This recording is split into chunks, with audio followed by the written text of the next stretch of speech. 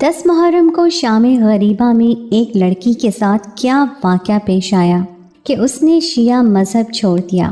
جیسے ہی مغرب کے بعد اندھیرا چھانا شروع ہوا، ہمارے گھر کے تمام خواتین اور مرد حضرات نے نئے سرے سے سیاہ جوڑے پہنے تھے۔ 10 محرم کا دن تھا۔ آج شام غریبہ تھی۔ میری عمر 17 سال تھی اور میں بچپن سے ہی اپنے گھر میں محرم کے مہینے میں سوگواری دیکھتی آ رہی تھی۔ اپنے گھر کے قریب امام بارگاہ میں میرے گھر والے شام غریبہ میں جاتے تھے، لیکن اتفاق اس بار میرے والد نے کہا کہ ہم بڑے امام بارگاہ جائیں گے، اس لیے سب نے نئے سرے سے جوڑے پہنے۔ ویسے تو محرم کے شروع ہوتے ہی ہمارے گھروں میں سوگواری کا ماحول شروع ہو جاتا تھا۔ ہم لوگ زیادہ تر سیاہی لباس ہی پہنتے تھے، اور یہ امام حسین رضی اللہ تعالیٰ عنہ، حضرت عباس، بی بی زینب کے غم کا اظہار ہوتا تھا۔ میرے والد ایک کٹر شیعہ تھے، چونکہ میں بچپن سے یہ ماحول دیکھتی آئی تھی، اسی لیے اسی ماحول میں رچ بس گئی تھی۔ لیکن میں نہیں جانتی تھی کہ شام غریبہ کے نام پر کیا کچھ ان مجالس میں ہوتا تھا۔ یہ راز تو میں آج جانا تھا، اور جسے جان کر میری روح تک لرز گئی تھی۔ میری عمر زیادہ تر لاؤبالی پن میں گزری تھی، اور میں گھر میں سب سے چھوٹی تھی، اس لیے میں محرم کی خاص تقریبات اور نوحہ خوانی میں کبھی جاتی تو کبھی نہیں جاتی تھی۔ دوسرا، مجھے ماتم کے طور پر اپنے جسموں پر ضرب لگانے اور سینہ پیٹنے سے بہت خوف آتا تھا۔ میں جب بھی اپنے بھائیوں کو برہنہ کمر پر زنجیروں سے پیٹتے دیکھتی اور ان کی کمروں اور سینوں کو لہو لہان دیکھتی تو میرا دل یہ دیکھ کر کانپ سا جاتا تھا۔ لیکن میں نے سنا تھا کہ یہ سب ثواب کا کام ہے۔ آج پہلی بار ایسا ہوا تھا کہ ہم بڑے شام غریبہ پر جا رہے تھے، جو کہ ایک بہت بڑے امام بارگاہ کے باہر مجلس میں ہونا تھا۔ رات کے 9 بجے تک ہم اپنے گھر سے نکل کر 10 بجے تک بڑے امام بارگاہ میں پہنچ گئے تھے۔ وہاں بچے، بوڑھے، مرد، خواتین سب نے سیاہ لباس پہنے ہوئے تھے۔ بہت بڑا ہال تھا، مرد حضرات کے لیے الگ انتظام تھا اور خواتین کے لیے الگ۔ میں اپنے والدہ کے ساتھ مرکزی دروازے کے اندر جیسے ہی داخل ہوئی تو بائیں جانب خواتین جا رہی تھیں اور دائیں جانب مردوں کا انتظام تھا۔ مردوں نے سیاہ شلوار قمیض پہن رکھی تھی اور ان کے سامنے کے بٹن کھلے ہوئے تھے اور سینہ بالکل صاف نظر آ رہا تھا۔ ہاتھوں کی کفیں چڑھی ہوئی تھیں، بہت سے نوجوانوں کے سینے سرخ ہو رہے تھے۔ اچانک کیوں میرا دل کچھ بے چین سا ہو رہا تھا۔ میری بڑی بہن نے مجھے پکارا اور میں اپنی والدہ کے ساتھ جانے لگی۔ وہ امام بارگاہ بہت بڑی امام بارگاہ تھی، ہمارے شہر کی سب سے بڑی ہرے رنگ کی مسجد نما عمارت تھی، جس کا احاطہ کافی بڑا تھا اور زمین سیمنٹ کی بنی ہوئی تھی۔ سیڑھیاں بھی چوڑی چوڑی پرانے طرز کی بنی ہوئی تھیں۔ میں اپنی والدہ اور باقی خواتین کے ساتھ سیڑھیاں چڑھ کر دوسری منزل پر جا کے جب ہم وہاں کے صحن میں پہنچے تو عورتوں کے کالے لباس پر کالے رنگ کا دوپٹہ سب نے سر پر اچھی طرح سے لپیٹا ہوا تھا۔ جیسے ہی اوپر کی منزل میں ہم داخل ہوئے، سامنے لوہے کی جالی سی بنی ہوئی تھی اور دوسری جانب ایک بہت بڑی اسکرین لگی تھی جس پر لائیو ویڈیو چل رہی تھی۔ مرد حضرات کی طرف ایک چھوٹا سا اسٹیج بنا ہوا تھا، جہاں کچھ دیر کے بعد مولانا صاحب نے جلوہ فروز ہونا تھا، مگر جہاں ہم خواتین تھیں وہاں زمین پر سفید چاندیاں سے بچھی ہوئی تھیں، جہاں بہت ساری خواتین بیٹھی ہوئی تھیں۔ اس کے بعد یکدم ہی اس ہال کی تمام تر بتیاں بجھا دی گئیں۔ سامنے اسکرین پر ایک مولانا صاحب اسٹیج پر بیٹھتے ہوئے نظر آئے، جو کہ مردوں کی جانب بیٹھے تھے۔ ہم خواتین اسپیکر پر ہی ان کی آواز سن سکتی تھی۔ بس ایک ہی لائٹ آن تھی جو کہ اسٹیج کے اوپر جل رہی تھی اور اس کی مدھم سی روشنی تھی، مگر جہاں ہم خواتین بیٹھی تھیں وہاں گپ اندھیرا تھا، اور یہ اندھیرا ہی مجھ سے میرا کیا کچھ لے گیا تھا یہ میں بتا نہیں سکتی۔ جہاں میں بیٹھی وہاں اس دوسری منزل کے صحن کا آخری حصہ تھا۔ اس وقت وہاں پر بہت رش تھا اور کھچا کھچ عورتیں بھری پڑی تھیں کہ بمشکل ہی بیٹھنے کی جگہ ملی تھی۔ کچھ ہی دیر کے بعد ایک مولانا صاحب وہاں اسٹیج پر گاؤ تکیے کے ساتھ بیٹھ گئے۔ ان کی ہلکی ہلکی سی داڑھی تھی، لباس انہوں نے بھی کالا پہن رکھا تھا۔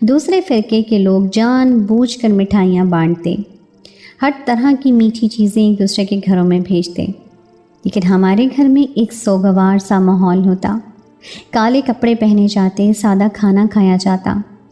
اگر پڑوس سے کچھ آتا بھی تو ہمارے گھر پر میٹھا نہیں کھایا جاتا تھا، لیکن میں پڑوس سے آنے والی مٹھائیوں سے چپ کے ہاتھ صاف کرنے لگتی تھی اور کھا لیتی تھی۔ ایک بار میں کالج سے واپس آ رہی تھی کہ جب چند مرد حضرات گلی کے نکڑ پر کھڑے تھے۔ ایک ریٹائرڈ فوجی جو وہیں کونے میں بنے ہوئے مکان میں رہائش پذیر تھے، وہ ان مرد حضرات سے کہہ رہے تھے کہ مجھے تو آج تک یہ سمجھ نہیں آتی کہ یہ شیعہ لوگ روتے کیوں ہیں، اپنے آپ کو پیٹتے کیوں ہیں۔ ارے بھائی، تمام صحابہ کرام نے شہادت نوش فرمائی ہے، خوشی منانی چاہیے، وہ کس بات کا غم مناتے ہیں؟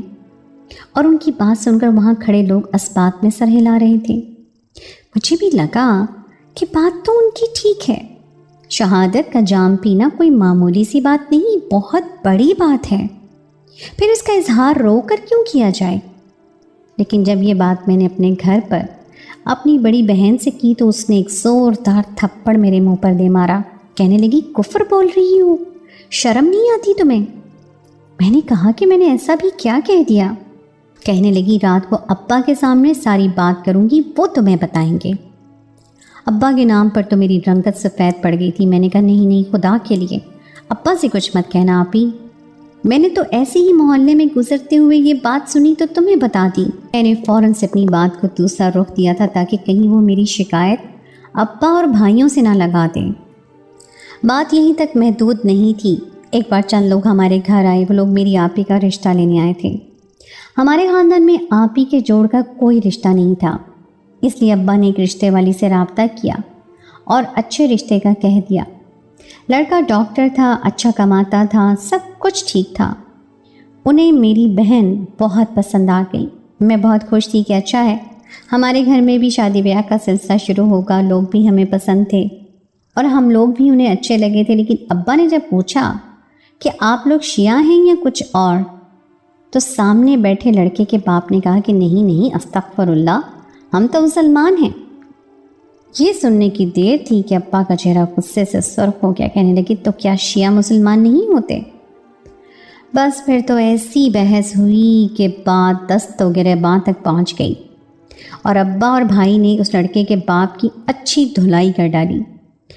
وہ لوگ مغلظات بکتے ہوئے گھر سے باہر چلے گئے۔ اس کے بعد تو ہمارے گھر رشتہ لانے والی نے بھی صاف انکار کر دیا تھا کہ بھیا اپنی بچیوں کے لیے خود ہی رشتہ ڈھونڈ لو۔ آپا کی عمر 28 برس کی ہو گئی تھی، لیکن ابھی تک ان کا رشتہ طے نہیں ہوا تھا، اور وجہ یہی تھی کہ سنی کبھی بھی شیعہ کے گھر پر شادی کرنے کو تیار نہیں تھے۔ ایسی باتیں میں نے کالج میں بھی سنی تھی کہ اہل حدیث سب سے پہلے اہل حدیث کو ہی ترجیح دیتے ہیں، اسی طرح بریلویوں کو سنیوں کو، دیوبندیوں کو، اور شیعہ کو۔ انہی دنوں میں کالج کی تو میں نے سامنے کنزا کو روتے دیکھا۔ میں اس کے پاس کی، میں نے کہا کنزا کیا بات ہے، کیوں رو رہی ہو؟ مجھے دیکھ کر اس نے فٹافٹ سے اپنے آنسو صاف کیے اور کہنے لگی کچھ نہیں۔ میں نے کہا پھر بھی مجھے بتاؤ، میں تمہاری دوست ہوں، تمہیں کیا ہوا ہے؟ کہنے لگی کیا بتاؤں تمہیں، چند ماہ سے مجھے ایک لڑکا بہت پسند کر رہا تھا، مجھ سے فون پہ بھی بات کرتا تھا، میری بھی اسے دوستی ہو گئی، ہمارے درمیان یہ دوستی محبت میں بدل گئی۔ علی شریف اتبار کا مالک تھا، میں بھی اسے بے حد پسند کرتی تھی۔ میں نے جب اسے کہا کہ رشتہ لے کر آؤ تو کہنے لگا کہ میں اپنے والدین کو تمہارے گھر ضرور بھیجوں گا، لیکن جب وہ رشتہ لے کر آیا تو معلوم ہوا کہ وہ شیعہ تھا۔ بس میرے گھر والوں نے صاف انکار کر دیا اور اس لڑکے نے مجھے فون کر کے غصے سے کہا کہ تم نے مجھے دھوکے میں رکھا، اگر تم مجھے پہلے بتا دیتی کہ تم شیعہ نہیں ہو تو میں تم سے کبھی بھی مناسب نہ بڑھاتا۔ وہ کہنے لگی میں نے تو اس لڑکے کو دل سے چاہا تھا اور میں ان فرقے بازیوں کو مانتی بھی نہیں ہوں، لیکن کیا کریں، وہ مانتا تھا۔ آج اس نے مجھے اپنی منگنی کی تصویریں بھیجی ہیں اور یہ لکھا ہے کہ یہ لڑکی شیعہ ہے، بس مجھ سے برداشت نہیں ہوا، اس لیے آنکھوں سے آنسو جاری ہو گئے۔ یہ سن کر مجھے بہت دکھ ہوا تھا، میری پیاری دوست بہت تکلیف سے گزر رہی تھی۔ کچھ دن بعد ہی مجھے پتہ چلا کہ کنزا بہت زیادہ بیمار ہے۔ جب میں اس کی خیریت پوچھنے کی تو کہنے لگی مجھ سے یہ غم سہا نہیں جا رہا ہے، جیسے یہ غم میری جان لے لے گا۔ اور پھر یہی ہوا تھا، میری دوست اس شیعہ لڑکی کی محبت میں مر چکی تھی۔ اس غم نے مجھے نڈھال کر کے رکھ دیا تھا، میرے دل میں اپنے ہی فرقے کے لیے نفرت سی پیدا ہو گئی تھی۔ یہی وجہ تھی کہ میں اس مجلس سے اٹھ کر کونے میں آ کر بیٹھ گئی تھی، لیکن ابھی بھی مجھے اس مولانا کی آواز صاف سنائی دے رہی تھی۔ کربلا کا واقعہ بیان کر رہا تھا اور بتانے لگا کہ شام غریبہ کیا ہے۔ شام غریبہ دراصل اس شام کو کہتے ہیں جو معرکہ کربلا کی پہلی شام تھی، جس شام کو یزیدی فوجوں نے شہداء کربلا کی لاشوں کی بے حرمتی کی تھی۔ انہیں شہید کرنے کے بعد ان کی لاشوں پر گھوڑے دوڑائے تھے اور ان کا مطلع کیا تھا۔ یزیدیوں نے اپنے مقتولین کو دفن کر دیا، لیکن شہداء کربلا 2 دن تک بے گور و کفن کربلا کے تپتے میدان میں پڑے رہے۔ پھر تیسرے دن ایک قبیلے والوں نے ان پر نماز جنازہ ادا کر کے انہیں دفن کیا۔ خانزادہ رسول صلی اللہ علیہ وآلہ وسلم کی حرمات کو سر عام گلی کوچوں میں پھیرایا گیا۔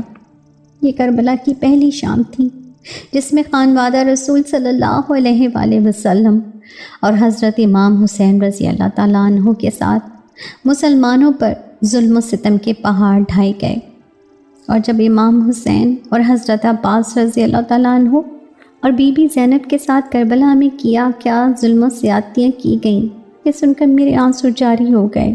پھر ان مولانا نے بھی یہ کہا کہ یہ لوگ سمجھتے ہیں کہ شیعہ حضرات سنی بچوں کو مار کر اس کی حلیم بناتے ہیں، تو کیا ہم لوگ جو صحابہ کرام کے کربلا کے واقعات کو سن کر اپنی سسکیاں نہیں روک سکتے، وہ کیسے کسی معصوم بچے کو مار سکتے ہیں؟ یہ بات تو ان کی ٹھیک تھی۔ یہ سب سن کر میری اپنی آنکھوں سے آنسو جاری ہو گئے تھے۔ وہ کہنے لگے اچھے برے لوگ ہر جگہ موجود ہیں۔ مجلس ختم ہونے کے بعد جب ہم واپس گھر کی طرف لوٹے تو ہماری گلی میں ریٹائرڈ صاحب کے گھر سے رونے کی آوازیں آ رہی تھیں۔ معلوم ہوا کہ ان کا فوجی بیٹا شہید ہو گیا ہے۔ یہ دیکھ کر میرے دل کو دھچکا سا لگا تھا۔ وہ شخص تو کہہ رہا تھا کہ شہداء کی شہادت پر خوشیاں منانی چاہیے، تو پھر وہ اپنے بیٹے کی شہادت پہ کیوں رو رہا تھا؟ شاید یہ ایک بے اختیار سا عمل ہے۔ اپنوں کا دکھ انسان کو ضرور رلاتا ہے۔ میرے خیال سے کنزہ ٹھیک ہی کہتی تھی، ہمیں فرقہ وارانہ سوچ نہیں رکھنی چاہیے اور نہ ہی خود سے کسی بھی فتوے جاری کرنی چاہیے کہ کون مسلمان ہے اور کون نہیں، نہ ہی ایک دوسرے سے اس معاملات میں بحث کرنی چاہیے۔ اگر ہم انسانیت اور فرقہ وارانہ سوچ کو بھلا کر ایک قوم ہو کر سوچیں تو شاید پاکستان کے آدھے فسادات ختم ہو جائیں۔ میں اب بھی شیعہ ہوں، لیکن اس بات پر یقین رکھتی ہوں کہ خود کو ایذا دینا اللہ کو پسند نہیں، اس لیے اپنے سینے کو پیٹتی نہیں ہوں۔ ہاں، صحابہ کرام کے ساتھ ہوئے ظلم پر میری آنکھیں محرم میں اور محرم کے علاوہ ہر مہینے میں اشک بار ہو جاتی ہیں۔ غم کے لیے کوئی خاص مہینہ مقرر نہیں۔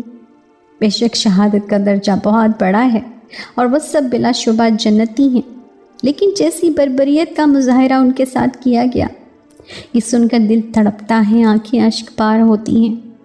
اور یہ بات بھی ٹھیک ہے کہ سوگ 3 دن سے زیادہ نہیں منایا جاتا، یہ اسلام میں منع ہے۔